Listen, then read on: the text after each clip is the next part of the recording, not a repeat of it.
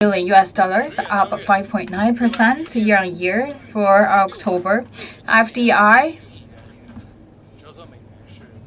66.95 billion RMB, around 6.47 US dollars, up 5.8%.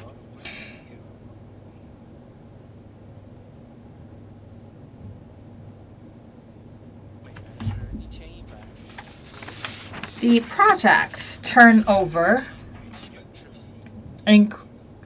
remained the same as the same period last year. The newly contract reached around 176.68 billion US dollars, and the outward cooperation we sent around 333,000 laborers outside, up by 19,000 laborers more than the same period last year. We have seen a good progress in the foreign cooperation. Look at the countries along the BRI route. We have seen a positive progress. The company's investment with the 56 countries along the BRI route seen the new investment with a total of 11.46 billion US dollars, taking up 12.7% of the total investment at the same period. A newly contract signed for those countries around 112.17 billion US dollars, taking up 63.5%. And the turnover finished around 63.5 billion US dollars. So second look at the structure of outward investment industries were constantly optimized, and the irrational investment was effectively restrained. For the January to October, the investment flow to leasing and commercial service industry, manufacturing, wholesale and retail industry taking up 32.2%, 17.7%, 10.8% respectively. For manufacturing and wholesale and retail industry increased by 5.3% and 18.5% respectively. And there is no new project in realistic, sports, and entertainment areas. Third, there are many newly signed large construction foreign projects obliquely pulling up the development of the local countries. The number of overseas contract projects with the value over 50 billion US dollars was 583, 14 more than the same period last year, accounting for 84.7% of the total values. And among these projects, the project belonging to infrastructure construction, the total value is around 130.4 billion RMB and taking up 73.8% year on year. Created 830,000 jobs for the local countries. The relevant departments handled 4,321 newly established or M&A or investment enterprises, and China's contractual investment reached 84.88 billion US dollars. Among these, 4,307 newly established non-financial M&A outward investment enterprises and 14 newly established M&A financial investment with 1.3 billion US dollars and 1,092 newly established for financial support.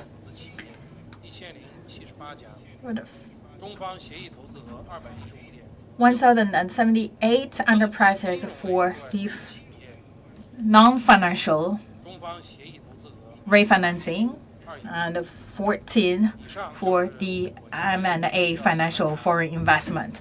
This is the information I would like to release to you for today. And now the floor is open for your questions. Now the floor is open.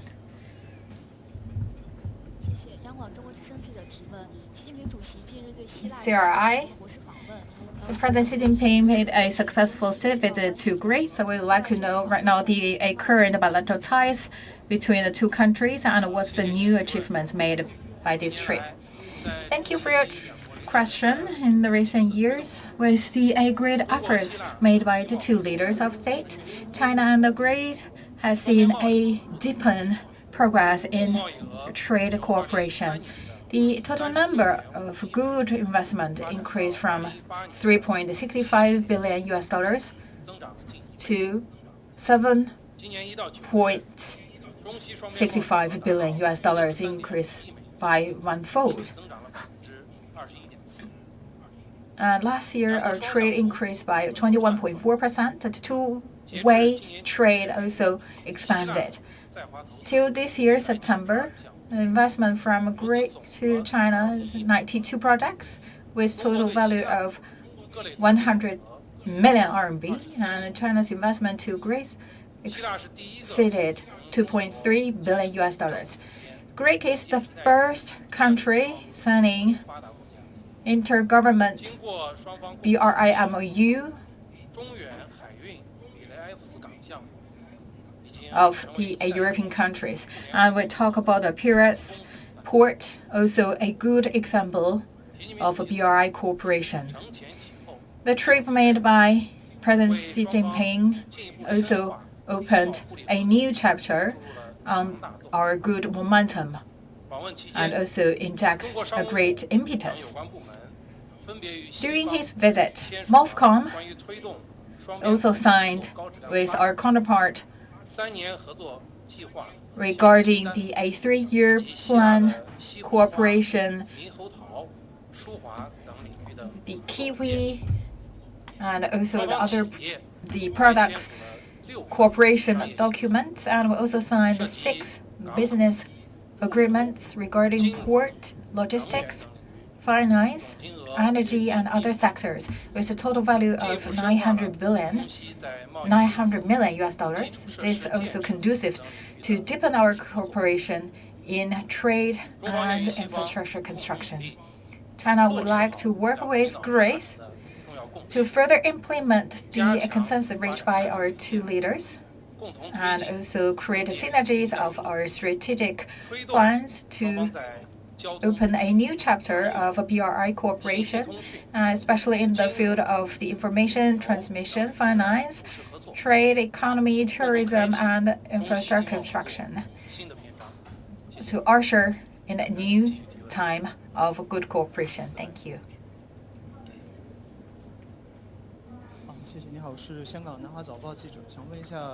Nanhua Zaobao from Hong Kong. My question regarding the China-U.S. trade issues. We talk about the key condition is for both sides. It's that we would cancel the proportional tariff, but Donald Trump denied this news. So what is the current situation? Any updates? And whether that will impact the achievement made by the first stage of the China-U.S. trade talks. Thank you for your question. China has emphasized many times trade war actually triggered by the tariff adding, and that should be also stopped by canceling or removing the trade tariffs. This is a crucial condition. Removing tariff actually in line with the interests of manufacturers and the consumers, which is also in line with the interests of China and the United States as well as the whole world.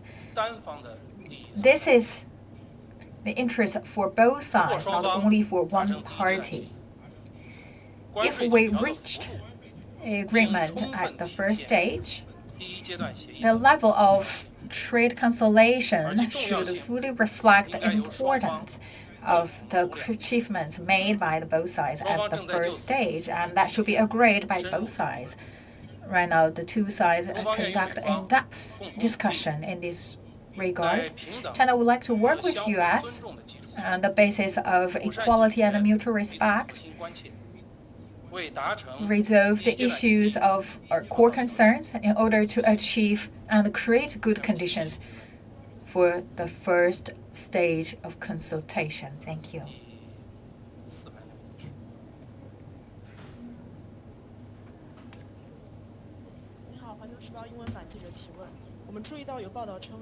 Global Time.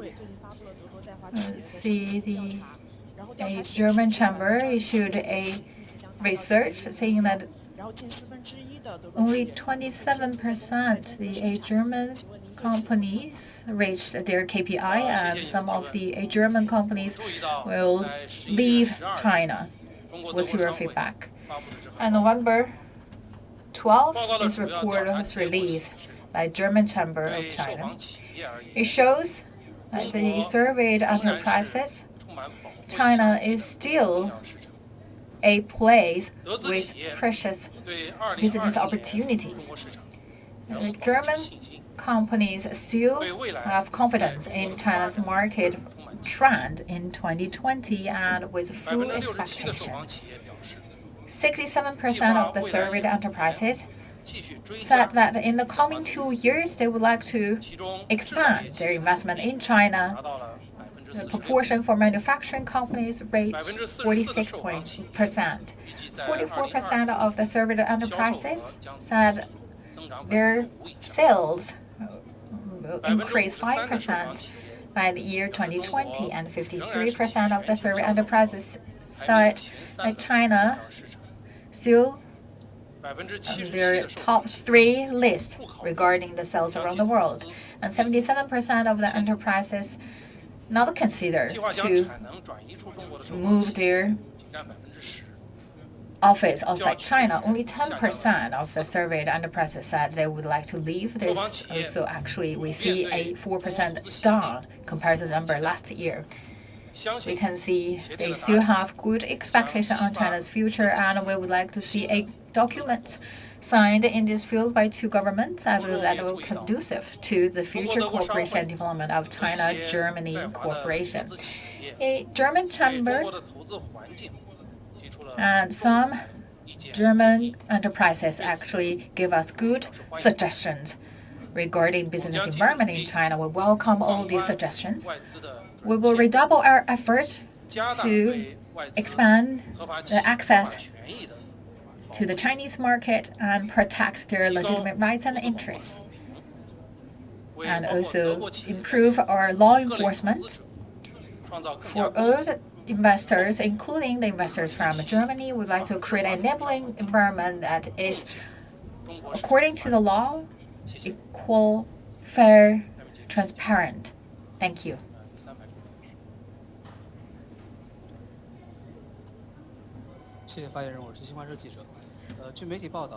Xinhua News Agency.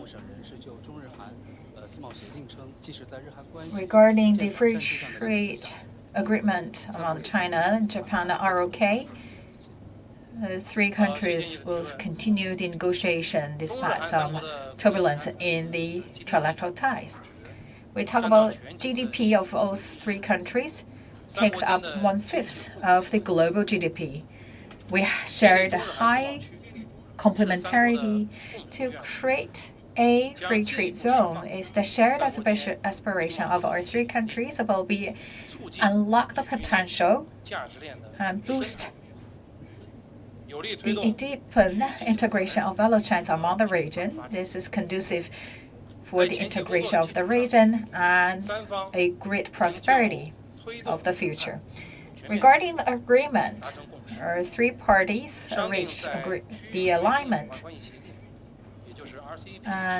We talk about on top of the RCEP, we would like to see more progress in the trade in service and the goods, as well as the trade facilitation and liberalization standards. And recently, our 3 parties decided that by the end of November, we will have a 16th round of negotiation in ROK. China would like to take the hands with Japan and ROK to drive the negotiation, achieve a pragmatic progress. Thank you.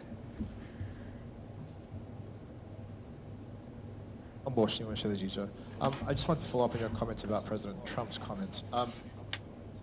His comments that nothing is being agreed and he has to sign off on any final statement is contradictory to what you said last week, about an agreement between the two sides on tariff removal. Do you have any further comments on explaining the difference between those two things? There's also been some reporting from the Wall Street Journal and Reuters that the talks are hitting a snag, including on the U.S. demand that China lay out specific targets for agricultural purchases. Do you have anything to talk to us about that? And can you confirm there was a phone call last night or early this morning, China time, between the two sides, between the U.S. and China, possibly at a working level? Thank you.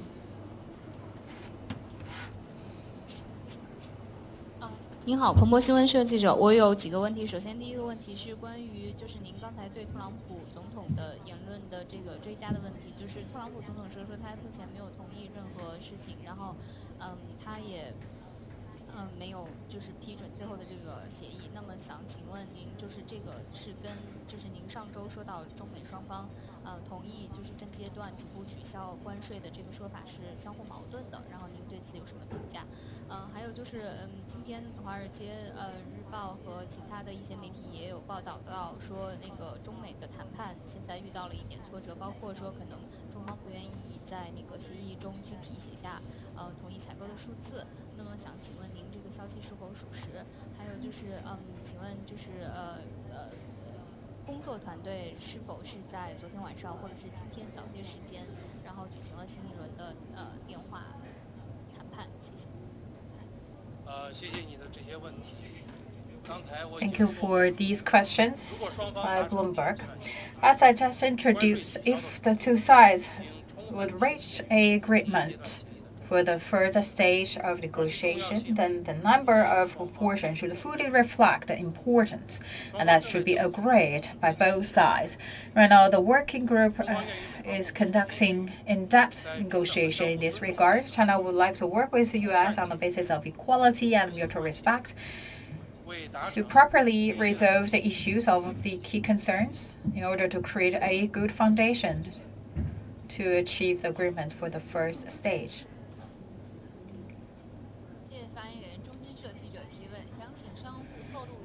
And a news agency. My question regarding Double 11 sales online and offline. So this year is the 11th year of Double 11. Any new characters for this year? What do you think about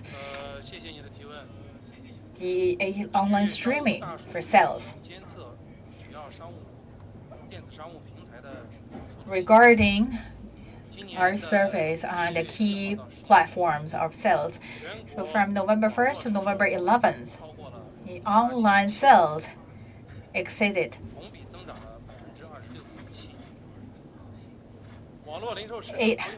870 billion RMB, a new record high, showing the following features. First, we can see a good sales for the upgraded sales, and the new launch products also drive the sales. The fast fashion and also the brand from outside world also chose the platform, e-commerce platform, to launch their new products. We talk about the sports watches, the cell phones also are the key bestsellers. And we also see the traditional Chinese medicine companies also reached a good sales numbers, increased by 50%. We look at the surveys regarding the medical sectors also become a new height. And the appointment been booked increased by 50%, and the tourism also increased 100%. Household keeping and the automotive sectors remain the same growth momentum. And third, look at the newly consumers. 70% came from Tier 3, Tier 4 cities, from the township. So the Tier 2, 3, 4 cities and the people from the smaller size of cities, they had even higher desire to buy the tourist products than the people from the larger tier cities. We look at the 60% of the housekeeping market, and the tourism actually came from these cities. And we also see a good integration of online-offline platforms. Online platform help to integrate the industries. And also offline stores, we have seen a digital upgrading. So we look at the ecosystem has been built. And we would like to see a full online-offline ecosystem taking shape. And the artificial intelligence also been applied. And fifth, the tailor-made consumptions also drive the sales. Based on big data, enterprises can prepare the products based on the consumer's needs. It's also conducive to upgrade the consumption. November 11, we look at the products for mom and baby, and also the humiditors also has seen a new growth. For the live streaming, that is a new means. I believe this is good for consumers to give them additional experience. And for the quality products, I believe this is a new channel to sell. Any mode of business should obey by the law and regulation. They should fully protect consumers' legitimate rights and interests. We would like to work with relevant departments to make the e-commerce develop in a well-organized and orderly way and protect our consumers' legitimate rights. 谢谢你好，我是美国国际上新闻社。请问商务部认为这个 RCEP 的这个签署和执行，能从多大 So for the signing of RCEP and implementation of RCEP, to what extent how that can help to deal with the China-U.S. relations? And Ross also mentioned this is a really low agreement. What's your take on that? As the largest economy among RCEP participating countries, was the SIG mechanism in place to deal with the cooperation conflicts? First, I would like to emphasize that RCEP negotiation completion. This is showed a positive actions taken by all parties.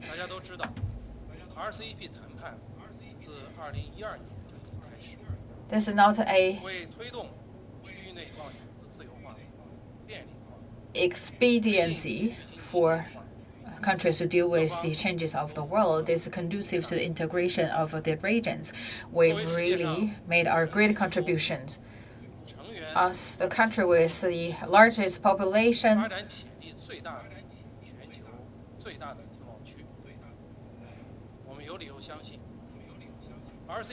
and we have reason to believe that after we establish RCEP, will help to unleash the potential and also bring the growth engines to drive our own economic development and also a great support to the world economic development. I also would like to say that ASEAN always be the main actors of RCEP. China as a participating country, we always uphold the dominant role of ASEAN. And we would like to take a constructive and positive role. For the foreign cooperation, China always believed the spirit of mutually beneficial cooperation and win-win cooperation. We was not and will not